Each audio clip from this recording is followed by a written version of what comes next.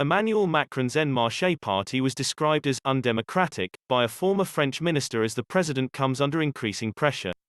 With the French election in 2022 little over a year away, French President Emmanuel Macron could face a big challenge from far-right rival Marine Le Pen.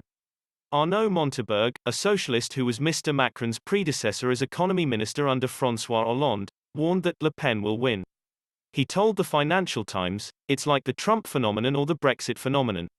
Macron is hated because he's arrogant. He's the one who will put Madame Le Pen in power." For years, criticism of the French president has been mounting as frustrations grow from the poorest in France. In a 2019 BBC Newsnight documentary, Mr. Macron's rise was discussed by a series of experts and political figures from inside and outside En Marche, the French president's party. Corinne Lepage, a former environment minister, said, "I observed that En Marche wasn't really democratic. In fact, there were no real party elections.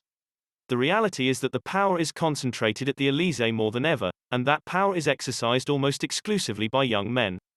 They are all the same. They are all clones."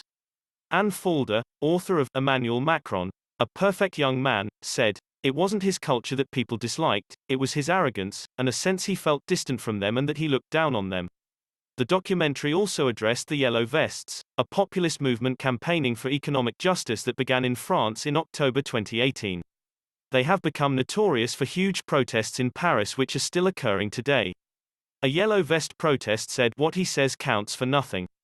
If he wants to keep raising taxes, then fine, it's essentially a declaration of war, a war against the French people." Macron ally, Nathalie Loiseau, said, "My view is that we have 3 decades of difficulties in this country, and the moment where growth is coming back, when unemployment is diminishing, people who have low wages are waiting for positive impact, and they still don't see it. I think it could have happened with another president, it could elsewhere in Europe."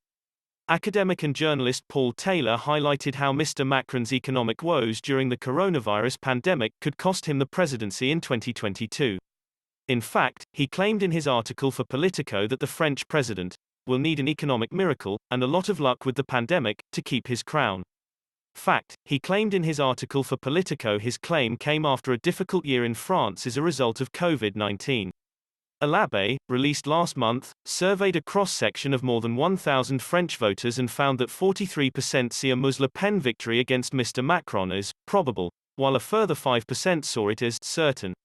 If you liked this video, please hit the like button to give this channel a boost, and if you would like to see more videos from this channel, please hit the subscribe button and ring the little bell to get notifications of our future videos.